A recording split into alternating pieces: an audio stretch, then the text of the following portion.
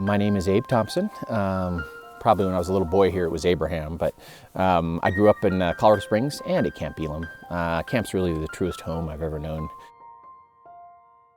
My family's been a part of Camp Elim for over 40 years. My earliest memories are of Labor Day family camp. I even have an old picture of our family, probably in 1977, on the front steps of the lodge, and that just kind of typifies where I always wanted to be. Of all the places I've been all over the world, I've served in the Middle East and all over the Pacific. I've never been more excited to come to any place than my home here at Camp Elim.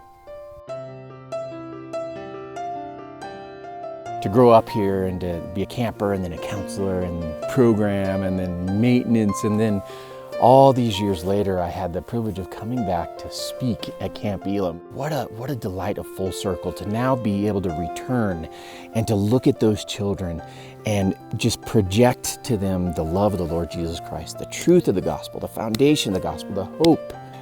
God purchased our salvation, but He also purchased an abundant life, which included us honoring Him and pouring back into others and sharing the gospel. And to get to do that, it's ridiculous. Now that's become a rich part of my life, something I look forward to, my favorite week of every year.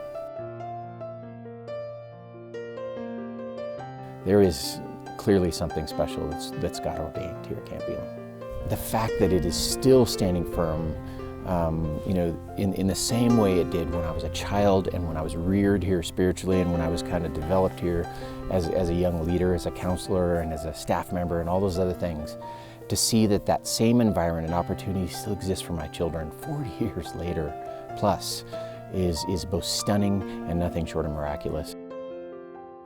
People say, oh, thanks for your service when they talk about me having been a military guy, but I often say, the reason I wore a uniform for almost a quarter century was to defend the right for places like Camp Elim to exist.